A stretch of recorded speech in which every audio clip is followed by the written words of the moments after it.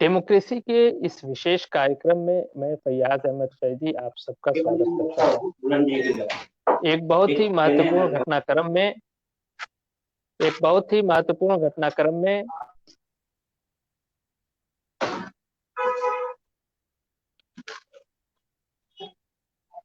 एक बहुत ही महत्वपूर्ण घटनाक्रम में शर्जील उस्मानी ने यलगार परिषद द्वारा आयोजित की गई कार्यक्रम में राष्ट्रद्रोही अपना वक्तव्य दिया है।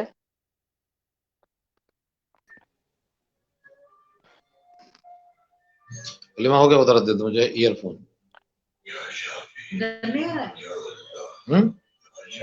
दिक्कत हो रहा है उसमें। एक बहुत ही महत्वपूर्ण घटनाक्रम में शर्जील उस्मानी ने यलगार परिषद द्वारा आयोजित पुणे में एक कार्यक्रम के दौरान राष्ट्रद्रोही अपना वक्तव्य दिया है, जिसके विरोध में पसमानदा आंदोलन ने उसका बहुत ही तीव्रता के साथ विरोध किया है। आज उसी विरोध पे परिचर्चा के लिए मैं फैयाज अहमद फैजी और मेरे साथ ऑल इंडिया पसमानदा मुस्लिम महाज के महासचिव वकार अहमद साहब जुड़ चुके हैं।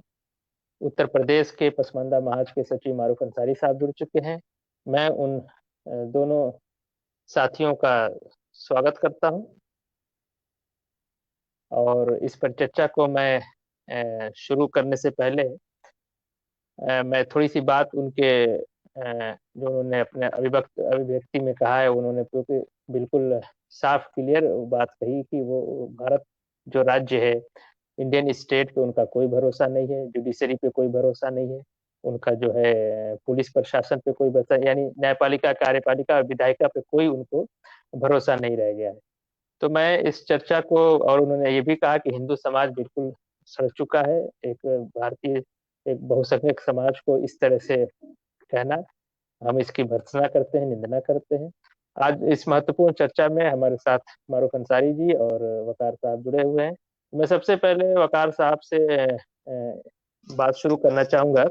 वकार साहब, आप बताएं कि इस तरह के जो बयानात समय समय पर अशराफ वर्ग द्वारा आते हैं, शर्जील उस्मानी एक सिग्निफायर के तौर पे आज इनके मुख से आया, इससे पहले घूम घूम के जो है वैसी साहब कुछ इसी तरह की बात करते हुए दिखाई देते हैं। तो अशराफ वर्ग का ये चरित्र रहा है कि वो इस तरह के राष्ट्र विरोधी, समाज में फूट डालने वाली बात, विभेद वाली बात वो करते रहते हैं। इसका क्या परिप्रेक्ष्य है, बैकग्राउंड क्या है, और शर्जील इमाम के इस वक्तव्य को आप किस तरह से देखते हैं? वकार जी।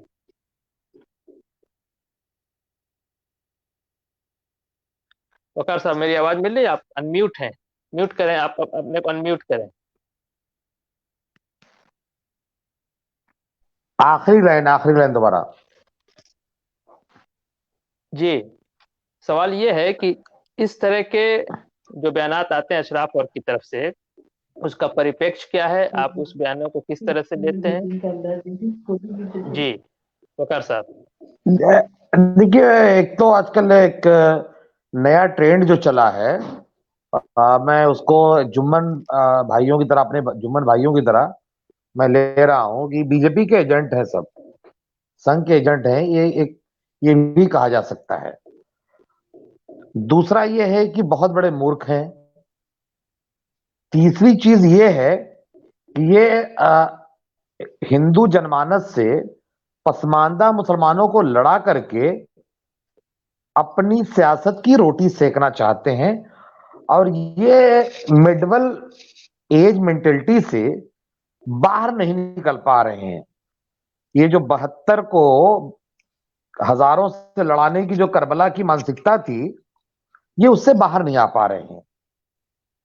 सच क्या है ये खुदा बेहतर जाने, या जो बोल रहा है वो जाने, लेकिन ये जो कुछ भी कर रहे हैं ये पसमानदा मुसलमानों के लिए बहुत ही बुरा और भयानक है ये। और इसका पसमानदा तहरीक, पसमानदा महाज पुरजोर मजम्मत करता है किसी समाज को सड़ा हुआ कहना। जब हमारे आका नबी सल्लल्लाहु अलैहि वसल्लम ने साफ साफ कहा कि किसी मजहब को बुरा ना कहो, किसी के देवी देवता को बुरा ना कहो, ये कौन होते हैं ये कहने वाले कि हिंदू समाज सड़ गया है? ये अपने समाज को नहीं देख पाते हैं कि वो कितना सड़ चुका है। ये दूसरे समाज पे उंगली उठा रहे हैं। इसकी एक जांच होनी चाहिए, मतलब हमारे लोगों की तरफ से, कि आखिर ये मूर्ख हैं जिनके दिमाग का इलाज हो। अगर ये अकबरुद्दीन अवैसी की तरह संघ के एजेंट हैं, जैसे अकबरुद्दीन अवैसी को ने 15 मिनट की बात कही और आज धीरे धीरे ये भेद खुल गया कि अवैसी और संघ में मतलब एक बढ़िया फिक्स मैच था वो। हो सकता है ये मुस्लिम और हिंदू के बीच में दूरी पैदा करने के लिए,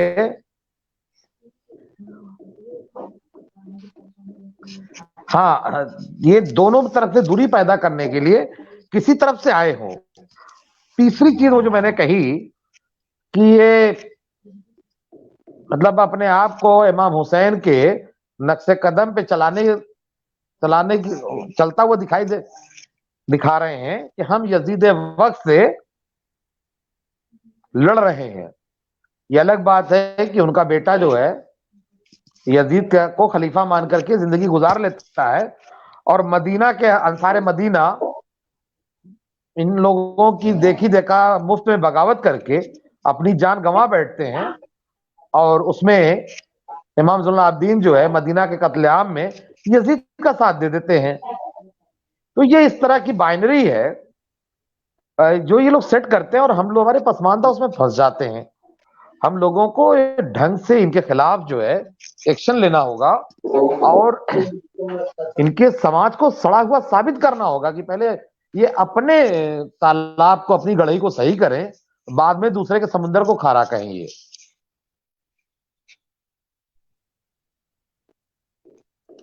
जी भैया साहब। जी, बहुत ही अच्छी बात बताई आपने। अब मैं मारूफ साहब से ये सवाल करना चाहूंगा कि मारूफ साहब, मेरी आवाज पहुंच रही है आपको? मारूफ साहब, मेरी आवाज मिल रही है आपको? मारूफ साहब, लगता है कुछ देर के लिए वो मारूफ साहब, मेरी आवाज मिल रही है आपको? जी जी बताएं। जी, मैं जी ये आपसे, मेरा ये सवाल है, चूंकि आप भारत के सबसे बड़े जनसंख्या के एतबार से जो सबसे बड़ा प्रदेश है उत्तर प्रदेश में आप पसमानदा आंदोलन के सचिव हैं और उस आंदोलन की धुरी हैं, उस आंदोलन को लेके चल रहे हैं, तो पसमानदा आंदोलन के नजरिए से, पसमानदा विचारधारा से शर्जील मियां के इस बयान को आप किस नजर से देखते हैं? क्या आप उसकी भर्त्सना करना चाहेंगे या उस पर आपकी क्या राय है?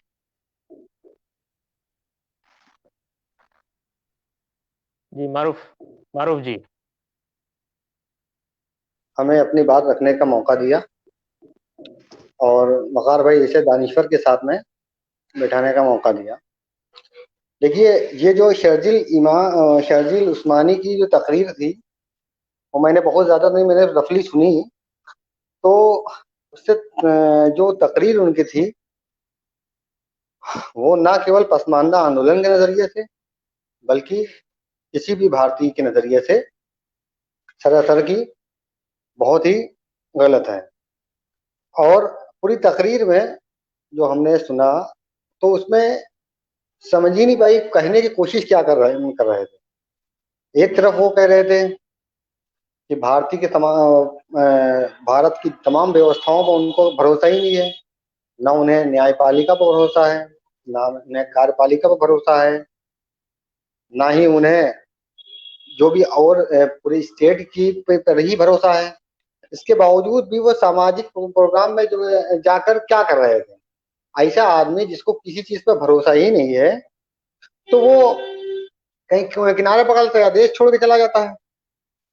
तो उनकी पूरी तकरीर में ऐसा दिख रहा था कि वो कहना क्या चाह रहे हैं ये कोई समझ नहीं। ये बस सीधा सीधा ये समझ में आ रहा था कि जो अशराफ का चरित्र होता है, अशराफ की जो मानसिकता होती है कि हर टाइम हिंदू सांप्रदायिकता को कोसना और मुस्लिम सांप्रदायिकता को बढ़ावा देने वाली बात पूरी तरह से कर रही थी। जहां तक पसमानदा आंदोलन का सवाल है, पसमानदा आंदोलन पहले से भी और अभी भी इस तरह की किसी भी मानसिकता के रखने वाले को की मजम्मत करता है और हम भी इसकी मजम्मत करते हैं। शर्जिल इमाम ने एक तरफ तो जो शासन प्रशासन को घेरने की बात कही कि हमारे इनकाउंटर हो रहे हैं, हमारे ये दलितों के हो रहे हैं, पिछड़ों के हो रहे हैं, और दूसरी तरफ शासन प्रशासन को कोस रहे हैं। दूसरी तरफ हमारा जो पसमानदा तबका है मुसलमानों का, तो उस पर उनका जब अशराफ के जितने भी एक्टिविस्ट हैं उनका कहीं मुंह नहीं खुलता है। उसी तरीके से उनका भी पूरा नजरिया दिखा है। एक तरफ तो मुस्लिम हिस्सेदारी की बात करते हैं, मुस्लिम हिस्सेदारी की एक तरफ बात करते हैं, और एक तरफ दूसरी तरफ ये कहते हैं कि हमें लेजिस्लेटिव काउंसिल पर भरोसा नहीं है।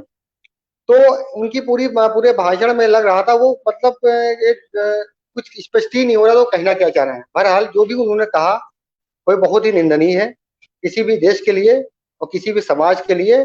जो समाज के तोड़ने की बातें हैं इन जैसे लोगों का, उन पर तुरंत कोई ना कोई कार्रवाई, उन पर सख्त से कार्रवाई होना चाहिए। पसमानदा आंदोलन उनकी पुरजोर मजम्मत करता है, और जो देश विरोधी हैं या जो भारत के द्विराष्ट्र सिद्धांत के जो बंटवारा करने वाले हैं, एक हमारे मुल्क के दो बंटवारा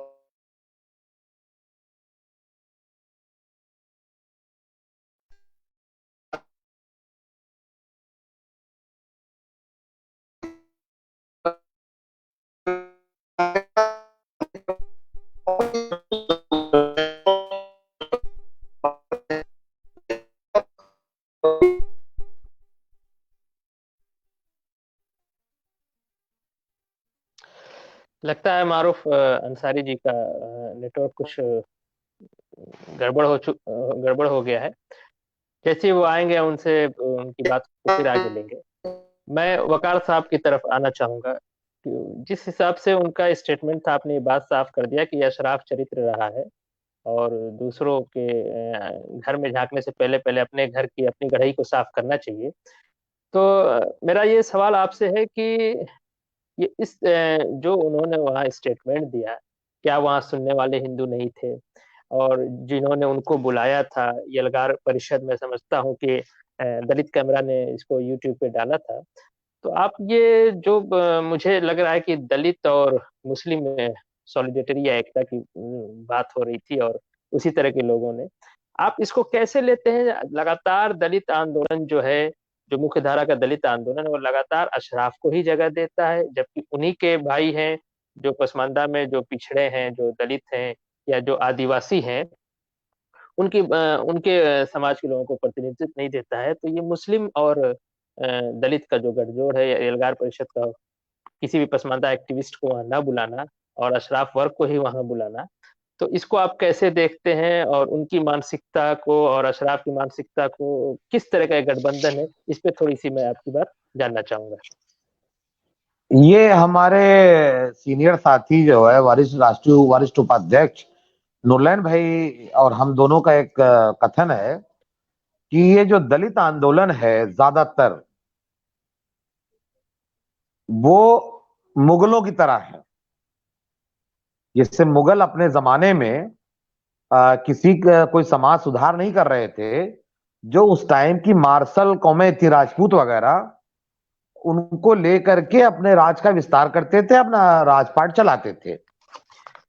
सेम उसी तर्ज पे भारत का दलित आंदोलन मुस्लिम दलितों, पसमानदाओं, पिछड़ों के ऊपर काम करने के बजाय बड़ी दाढ़ी, बड़ी टोपी, बड़ी शेरवानी वालों को पकड़ करके अपने में सत्ता के करीब आना चाहते हैं या सत्ता पाना चाहते हैं। तो उनका दलित आंदोलन बड़ा अजीब सा है। वो कि कभी इंतजार नईम को ढोते हैं, वो कभी रहमानी साहब को ढोते हैं, वो और कभी इनको बुला लेते हैं।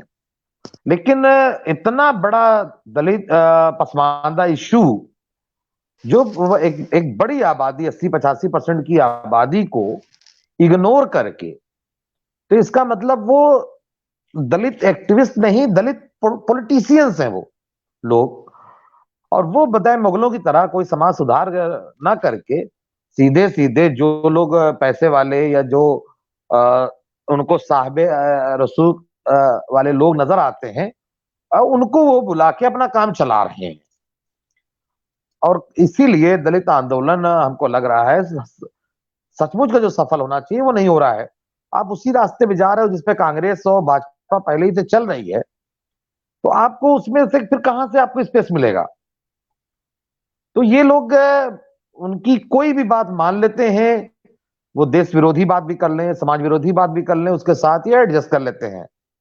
लेकिन सैयद विरोधी बात अगर कोई कर दे तो वो उसके साथ एडजस्ट नहीं करते हैं। हो सकता है उनको ये भी डर हो कि 341 में जो मजहबी पाबंदी लगी हुई है, पसमानदा तहरीक के आगे बढ़ने से वो जोर पकड़े, उनका हिस्सा कुछ कम बेसी ना हो जाए। हिस्सा देने से डरते हैं, कोई ना कोई तो एक डर है, या उन्हें वो छोटा बच्चा पालने के बजाय बड़े बच्चे को नौकर रख लेना ज्यादा पसंद कर रहे हैं वो लोग।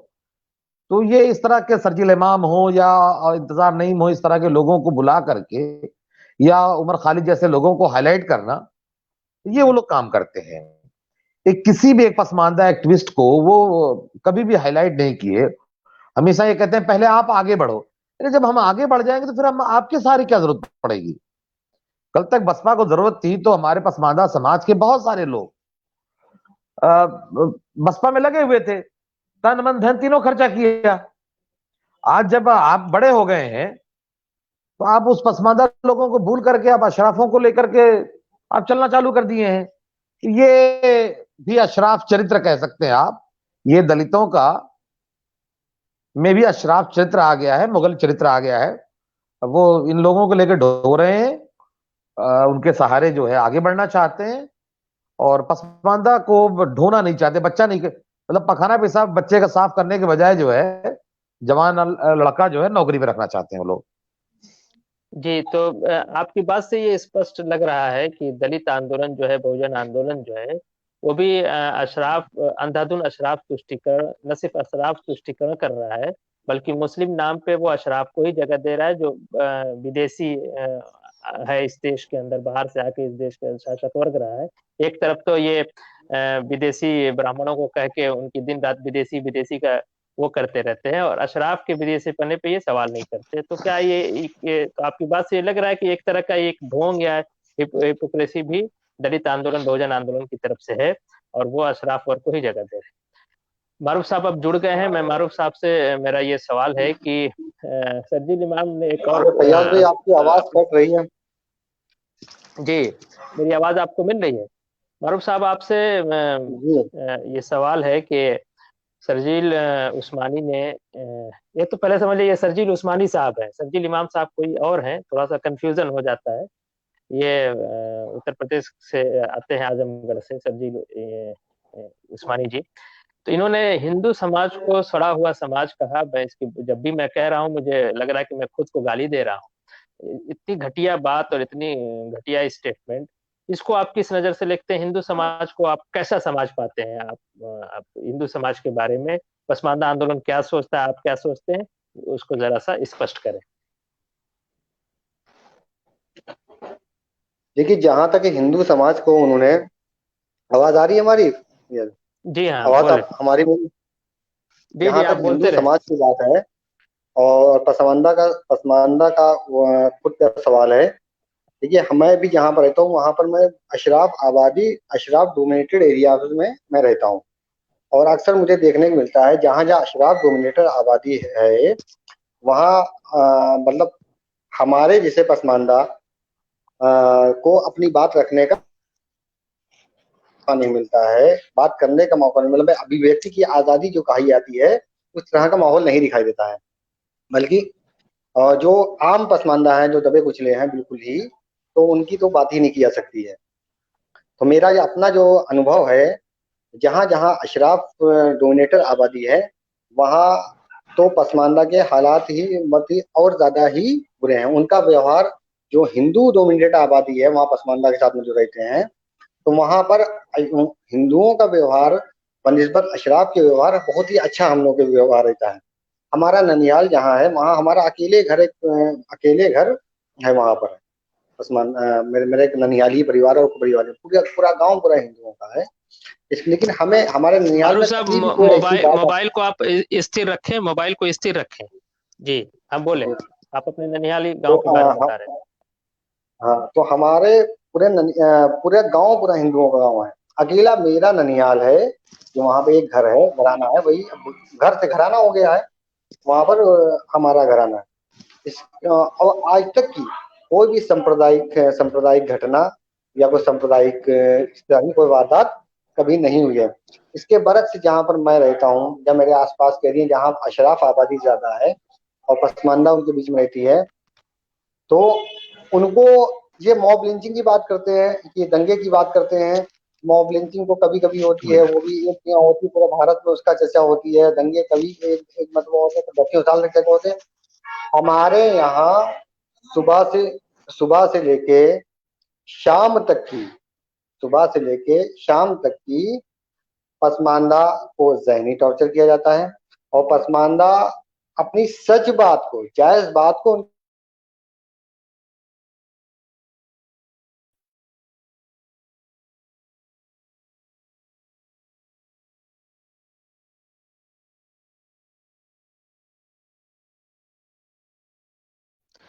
लगता है मारूफ साहब का नेटवर्क साथ नहीं दे रहा है। वकार साहब, आपको हमारी आवाज आ रही है? मारूफ साहब की बात से ये स्पष्ट हो रहा है कि जो है इस देश में बसने वाले 13 से 15 करोड़ की जो पसमानदा आबादी है, या कुल मुस्लिम की अगर बात करें तो कुल मुस्लिम आबादी का 90% जो भाग है, उस 90% मुसलमानों को हिंदुओं से कोई समस्या उस तरह से नहीं है जिस तरह से सरजील मियाँ को लग रहा है कि दिक्कत है, अशराफ को जिस तरह से दिक्कत है। उस बात से साफ, और दैनिक जीवन में भी हम देखते भी हैं इस बात को किस तरह से नजर आता है।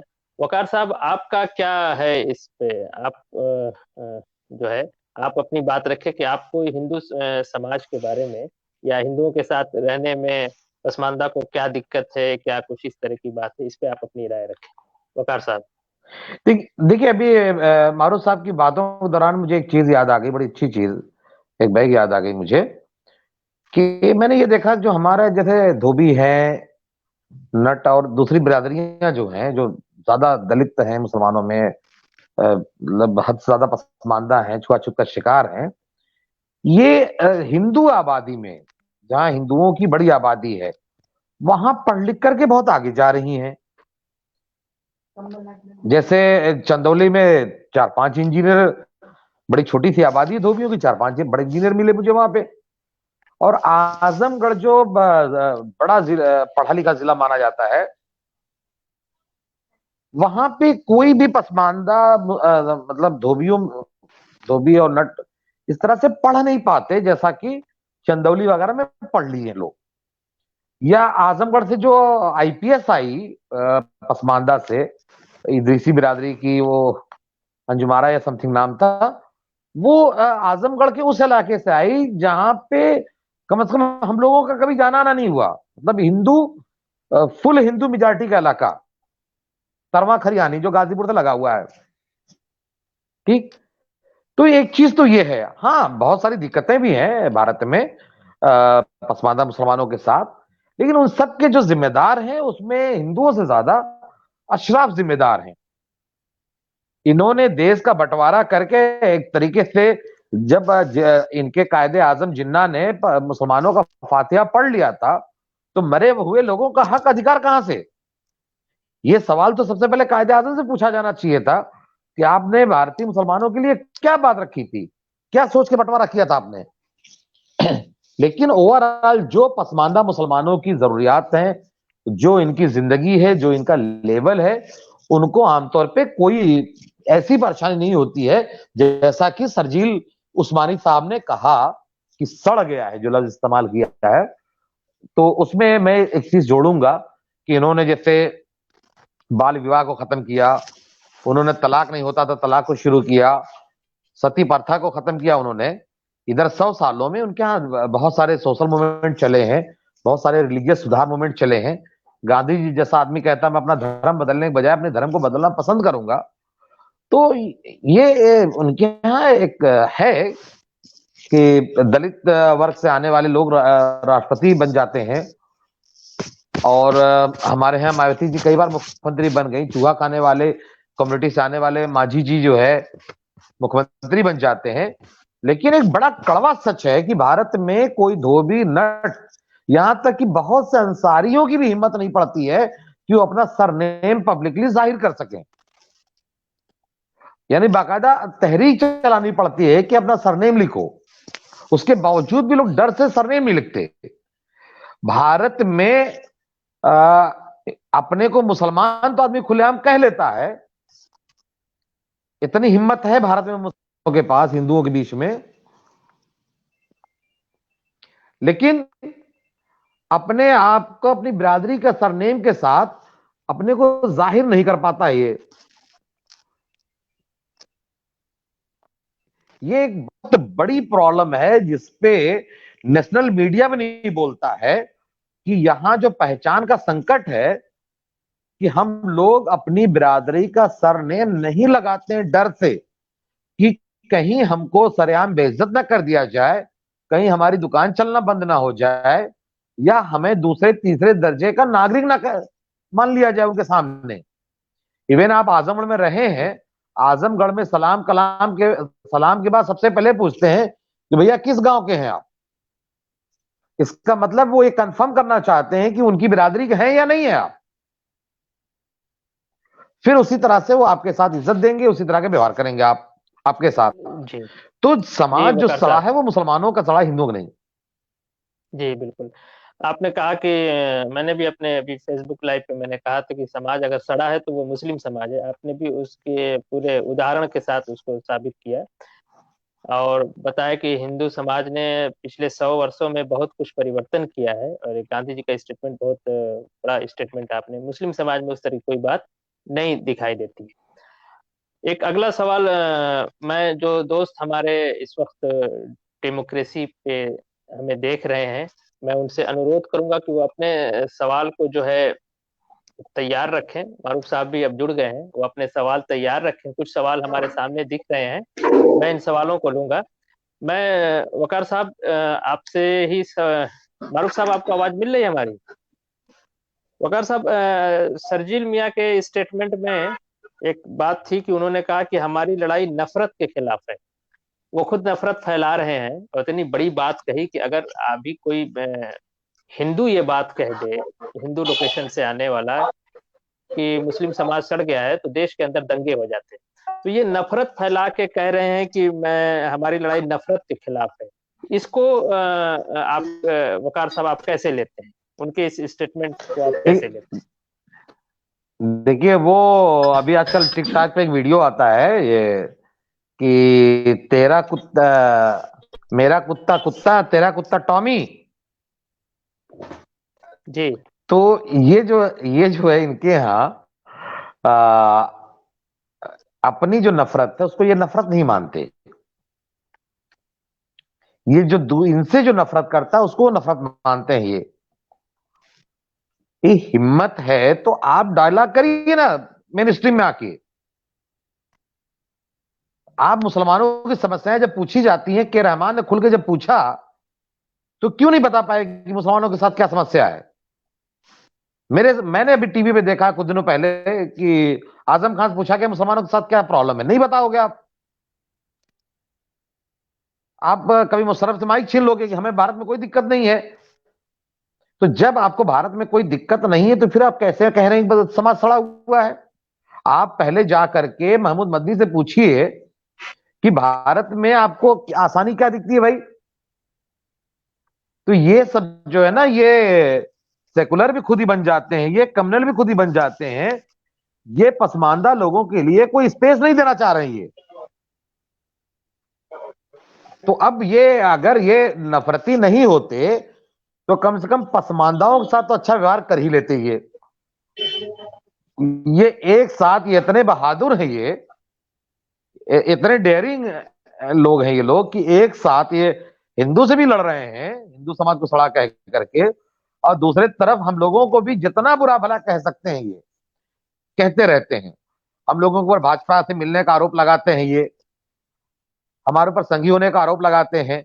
हमारा एक सिंगल आदमी 10-20 साल में कोई मोटरसाइकिल तक नहीं खरीदा है, नहीं। और ये पता नहीं कहां से अमीर हो जाते हैं। भाई उमर खालिद को तो मुसलमान भी फंड नहीं कर रहे हैं, उमर खालिद का पैसा का खर्च कहां से चल रहा है। अच्छा, ये अपने वाले को जी इतना तारीफ करते हैं कि जैसे जब अकबर अहमद डंपी आजमगढ़ आए तो लोगों ने बताया कि वो $1 ट्रिलियन का आदमी है, वो उसका 25% शेयर है मारुति कंपनी में। तो जब हमने डिफेंड कर उसको उजागर करना चालू किया कि मारुति कंपनी तो सरकारी कंपनी है, उसमें किसी का शेयर कैसे हो सकता है, जी जी मतलब 25% उसका शेयर है, और पूरे आजमगढ़ जिले से वो आदमी चंदा मांग मांग के लड़ा है चुनाव, और उसको इतना बड़ा आदमी डिक्लेयर किया जिसकी हद नहीं, कि लोग मतलब चंदा देना शर्फ समझने लगे उसको। मुख्तार अंसारी साहब के बारे में कहा जाता है कि बड़े खानदानी रईस हैं वो लोग, कम से कम मारुति कार से चलते हुए तो मैंने भी देखा उनको, तो खानदानी रईस कहां से हो गए वो। सरजील इमाम के बारे में कहा गया कि करोड़ों की नौकरी छोड़ के चला आया वो आदमी, उसको मुझको तो लगता है कि कंपनी ने निकाल दिया होगा कंफ्यूज आदमी को, कि वो ब्लॉक करना चाहता था, कट करना चाह रहा था, वो क्लियर ही नहीं है वो। तो ये इस तरह के लोग जो हैं ये नफरत की खेती कर रहे हैं। और एक और बड़ी मजेदार बात समझिए कि सरजील उस्मानी के उस बयान पे हिंदुओं की तरफ से जो बड़ा रिएक्शन नहीं आया है, इसको भी समझने की जरूरत है कि धीरे धीरे वो ये समझने लगे हैं कि ये सब जो है मुसलमानों के रिप्रेजेंटेटिव नहीं है, या तो संगी मोहरे हैं ये, या ये नफरत के सौदागर हैं, एक छोटा सा वर्ग है ये। अब उनको लोग सीरियस लेना बंद कर रहे हैं, नहीं तो इतनी बड़ी बात पे बाकायदा वो पूरे किसान आंदोलन को डाइवर्ट कर दिया गया होता। लोग ये जी किसान आंदोलन वाले भी या इस तरह जो लोग हैं वो समझने लगे हैं कि ये सब जो है कब कब खेलते हैं आकर के, जब जब देश में हक जी हकूक की बात होने लगती है तब ये खेलने आ जाते हैं ये। जी जी बहुत बहुत धन्यवाद वकार साहब, आपने इस बात के और स्थिति को और स्पष्ट किया। जो दर्शक हमें इस वक्त देख रहे हैं, हम चाहेंगे कि वो अपने सवाल जरूर करें। कुछ सवाल हमारे स्क्रीन पे आ भी गए हैं, मैं उन सवालों को अब लेने की कोशिश करूंगा, समय भी हो चला है। देखिए, पसमानदा आंदोलन लगातार ये कह रहा है कि आप हमसे सवाल पूछे। अक्सर सवाल पूछने से लोग भागते हैं, लेकिन पसमानदा आंदोलन के ये जो सीना सपर लोग हैं, जो अपना सब कुछ, जो घर फूके अपना चले कबीर के संग, ये कबीर के लोग हैं और अपना घर फूक के समाज में मेहनत कर रहे हैं। वो लगातार वो कह रहे हैं कि आप हमसे सवाल पूछे, लेकिन उस तरह से सवाल हमसे नहीं पूछे जा रहे हैं। तो इसकी भी कुछ वजह समझ में नहीं आती है। आप अपने सवाल के साथ उपस्थित होइए, हमसे सवाल पूछिए। वकार साहब, एक सवाल है, हमसे भी है और आपसे भी है कि वकार भाई और फैयाज भाई, आपसे सवाल किया जाएगा कि क्या भारत में मुसलमानों के ऊपर जुल्म को आप नकार रहे हैं?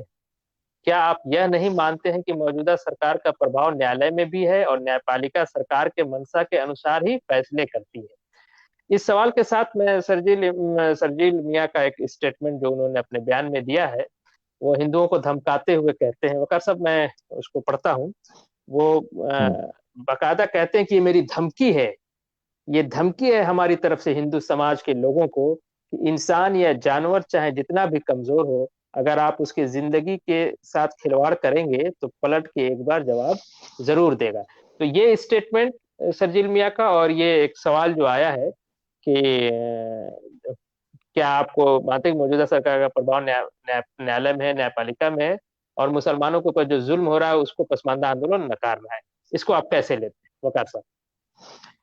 पहले तो मैं उनके उस बात को कह दूं, जो उन्होंने कहा इंसान या जानवर, पलट के जवाब देते हैं, ये मैं मानता हूं इस बात को कि जब भी किसी के ऊपर हद जुल्म बढ़ जाता है तो चूंटी भी काट लेती है।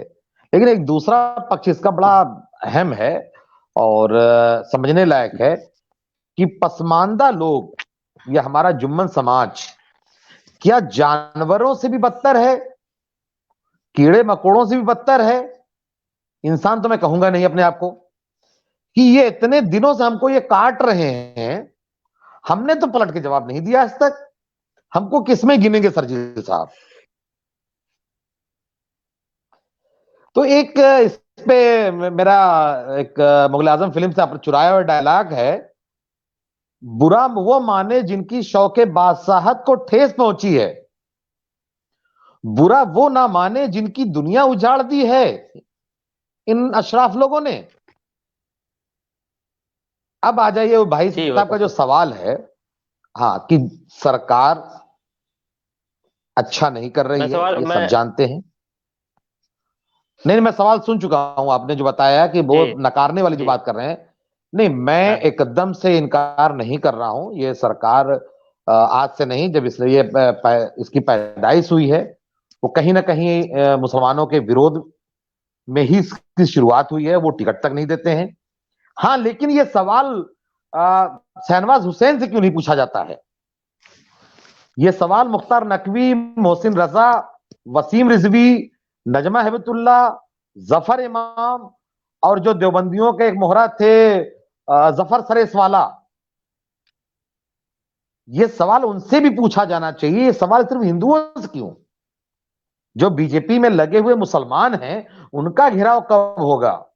उनका बाइकाट क्यों नहीं होता? जिस तरह से पसमानदा मुसलमानों का, एक्टिविस्टों का बाइकाट करके रखा है इन लोगों ने कि लोग फेसबुक फ्रेंड बनना पसंद नहीं कर रहे हैं, लोग कम्युनिस्टों को, एथिस्टों को, नुसैरियों के साथ दोस्ती बना कर रखते हैं फ्रेंड वो फेसबुक पे, और हम लोगों को ब्लॉक मार देते हैं ये लोग।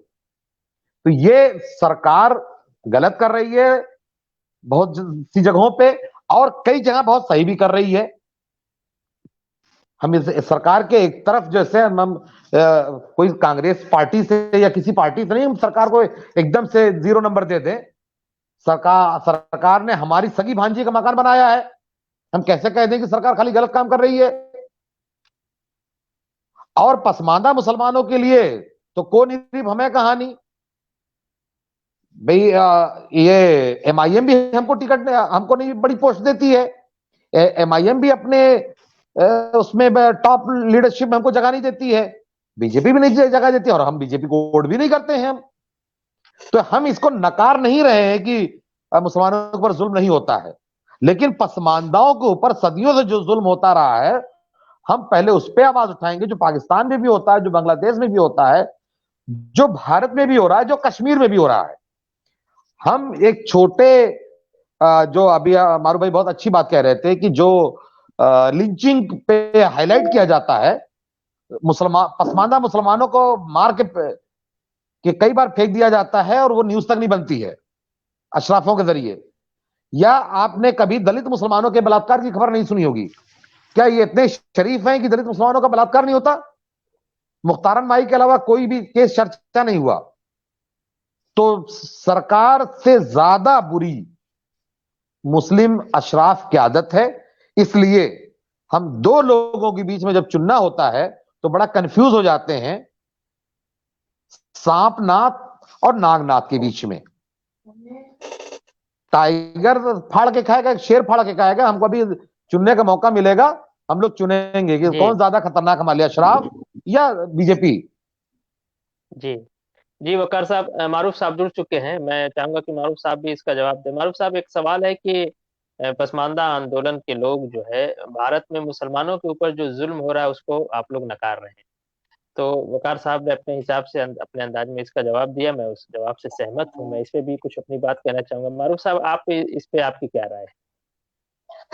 देखिए, सबसे पहले आप सवाल बहुत अच्छा किया। देखिए, पसमानदा आंदोलन मुसलमानों पर होने वाले जुल्म को कभी नकारता नहीं है, लेकिन हमारा पसमानदा आंदोलन का ये मानना है कि जो मुसलमानों पर जुल्म होता है वो मुसलमानों पर नहीं होता है, वो भी पसमानदगी के ऊपर होता है।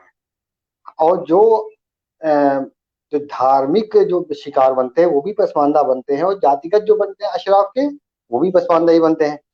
लेकिन जो धार्मिक शिकार बनते हैं उनका परसेंटेज रेशियो बहुत ही कम है, उनका रेशियो बहुत ही कम है बनिस्बत जो अशराफ के द्वारा जो उत्पीड़न होता है वो रोजमर्रा में होता है, सुबह से लेकर शाम तक होता है। हम अपनी सच बात को भी उनके सामने नहीं बोल पाते हैं। जैसे वकार भाई ने कहा कि जैसे कि कभी आपने दलित मुस्लिम महिलाओं का रेप के बारे में नहीं सुना होगा, नहीं सुना होगा, ये आपने कहा, लेकिन बात ये सही है। ये हमें उस कैटेगरी की समझते, ये सिर्फ मुसलमान और भाई हमें उस वहां पर कहते हैं, वो अपना सत्ता वर्चस्व के लिए कहते हैं। तो शाजिद उस्मान की आपने तकरीर सुनी, उसने सीधा कहा हमें व्यवस्थापित विधायिका पर भरोसा नहीं है। शाजिद उस्मान ने सीधा कहा हमें विधायक पर भरोसा नहीं है। इसके बावजूद भी वो रोना रो रहा कि मुसलमानों की हिस्सेदारी नहीं है संसद में, विधानसभा में, ये रोना रो रहा। और एक तरफ कर हमें विधायक का भरोसा, जब विधायक का तुम्हें भरोसा ही नहीं है, तुम्हें हिस्सेदारी काहे की हिस्सेदारी चाहिए? जब हिस्सेदारी है तब भी तुम्हें भरोसा नहीं है, नहीं हिस्सेदारी इसके बाद। और अशराफ की हिस्सेदारी जो मैंने आज रेशियो देखा था, 27 MP लोकसभा में भी हैं, और इनकी तादाद कितनी है? 2%। टोटल भारत की आबादी का 2% आबादी है, और 27 MP हैं, यानी कि 5% लगभग इनके पास हिस्सेदारी है। और एक तरफ इन्हें विधायिका पर भरोसा नहीं है, दूसरी बात ये हिस्सेदारी का रोना भी रो रहे हैं। तो इनका जो मुस्लिम वाला अल्फाज है वो केवल अपना आप कहते हैं कि अपना तुष्टीकरण कराने के लिए है, और ये हमें मुसलमान भी मानते ही नहीं है। अगर यहाँ पर किसी हक हुकूक देने की बात आती है तो ये हमें मुसलमान भी नहीं मानते हैं। इसी तरीके से धोखा दलितों के साथ भी करते हैं, ये दलितों के साथ भी धोखा करते हैं। ये कहते हैं कि हम दलितों के हमदर्द हैं, दलितों का रिलायंस करते हैं, सब कुछ करते हैं, लेकिन रोजमर्रा में जिस तरह से जाति सूचक गालियां, हकारत की नजर से देखना है, तमाम से जो है जो करते हैं, जो उनका पसमानदा का रवैया होता है वही उनका दलितों के साथ रवैया होता है। ये मतलब बहुत ही जहां जहां ताकत में होते हैं, दलितों के साथ भी बहुत ही अवमानवीय व्यवहार करते हैं, जो हम लोगों के साथ में करते हैं। तो मैंने अपने यहाँ देखा है अक्सर अशराफ के लड़के पसमानदा बस्तियों की लड़कियों के नंबर, नोटिस करिएगा, पसमानदा बस्तियों के लड़कियों के नंबर हिंदुओं के लड़कों को बांटते हुए मैंने सुना है। ये फला की लड़की है, फला जुलान है, फासलो बहुत अच्छी लड़की है। तो यहाँ तक कि इनका नजरिया, ये केवल मुसलमान का शब्द को इस्तेमाल करते हैं केवल के केवल अपना सत्ता वर्चस्व मेंटेन करने के लिए, अपनी खुद की हिस्सेदारी के लिए, ना कि सभी मुसलमानों की हिस्सेदारी के लिए। और ये जब स्टेज पे जाएंगे, और सबसे बड़ी दुर्भाग्य की बात है, दलितों के पिछड़ों के संगठन जो हमें हैं, इन्हें ही हर जगह सर्वे बना के बैठालते हैं, और ये उस वक्त उनका रोना रोते हैं। लेकिन जो हम लोग हैं, जो पसमानदा, इनके खुद के धर्म के जो पसमानदा हैं, जो दबे कुचले हैं, उनके लिए उन्हें आगे लाने के लिए कभी कोई प्रयास नहीं करते हैं। जब भी कभी हम लोग उन्हें चिन्हित करके आगे लाने की बात करते हैं तो तुरंत ही उसका बाइकाट करते हैं। ये मतलब ये तथ्य को स्वीकार ही नहीं करते हैं कि मुसलमानों में भी कमजोर है, या कोई दबा कुचला है, या कोई जाति सिस्टम है। जबकि भारत में साइमन कमीशन से लेके या आज तक की जितनी भी रिपोर्टें भारत के अंदर आई हैं, सभी ने बात स्वीकार की है कि मुसलमान एक इकाई नहीं, इनका भी वर्गीकरण जिस तरह हिंदुओं की तरह है। सच्चर कमेटी तक सभी ने स्वीकार किया है। इसके बावजूद भी ये इतने झूठे हैं, धोखेबाज हैं, मक्कार हैं। ये सारे तथ्यों को पर्दा डाल के अपनी बात मनवाना चाहते हैं। मुझे ये प्रतीत होता है मौजूदा सरकार इनकी तुष्टीकरण की नीति इसको नकार रही है, जिसकी वजह से ये बौखलाए हुए हैं और औलूल जलूल बक रहे हैं। आप शर्जील उस्मान की तकरीर को भी इसी में आप ले सकते हैं, इसी एंगल से आप देख सकते हैं। और ये जानते हैं, भली बात ये जानते हैं कि हमारी दीवारें बहुत ऊंची हैं। हम ये जो बोल रहे हैं इसका रिएक्शन होगा, हमारी दीवारें बहुत ऊंची हैं। हम 30 फीट की दीवार के अंदर रहते हैं। जो दूसरा मुसलमानों का दबा कुचला करता है, जो झोपड़ा पट्टी में रहता है, जो टीन शेड में रहता है, इसके बाद अपने कवर करने के लिए कोई जगह नहीं, हम जानते हैं नुकसान उसको होगा। हम महफूज रहेंगे, और उसकी बुनियाद पर, उनकी लाशों की बुनियाद पर, जब कुछ मर जाएंगे उनकी लाशों की बुनियाद पर हमें स्टेज पे जगह मिलेगी, हमें सरकार में तो उनके प्रशासन, शासन प्रशासन में हमें जगह मिलेगी, हमें रिपुटेशन मिलेगी। ये जानते हैं, भली बात है। जी। तो मेरा ये मानना है कि जो भी पसमानदा जो है, जो मुसलमान का जो धर्म के आधार पर जो भेदभाव या भी जो कुछ भी नुकसान होता है वो होता है, मैं इससे इनकार नहीं करता हूँ। उसकी तादाद परसेंटेज माना जाए तो 10%, 90% जो नुकसान होता है वो अशराफ के द्वारा पसमानदा का होता है। धर्म के आधार पर भी नुकसान पसमानदा का होता है, और जाति के आधार पर भी पसमानदा का होता है। दोनों तरफ से भुक्तभोगी पीड़ित पसमानदा ही है। जी, इनकी केवल सियासत चमकाना होगा। जी, आप दोनों पसमानदा के कर्मठ और जुझारू साथियों की बात से ये बात निकल के आई है ये जो ये अशराफ पसमानदा के दिमाग में ये बात डालता है कि हिंदू तुम्हारा दुश्मन है, और ये सारी सरकारों को हिंदू सरकार कहता है कि हिंदू सरकारें तुम्हारी दुश्मन है। ऐसा कुछ नहीं है, ना हिंदू समाज हमारा दुश्मन है, ना हिंदू सरकारें हमारी दुश्मन है, ना भारत की केंद्र और राज्य की सरकारें हमारे दुश्मन है। असल जो दुश्मनी हमारे हमसे जो निकालता है, जो करता है, वो अशराफ वर्ग है, और इस तरह की सांप्रदायिकता का माहौल क्रिएट करता है। जैसा कि मारूफ साहब ने कहा कि उनकी दीवारें ऊंची होती हैं, वो महफूज होते हैं, सुरक्षित होते हैं, लेकिन पसमानदा चूंकि सड़क पे जूता सी रहा होता है, साइकिल का पंचर बना रहा होता है, ठेले लगा रहता है, वो उसमें उसकी जद में आएगा। जी, बहुत बहुत आप दोनों महानुभाव का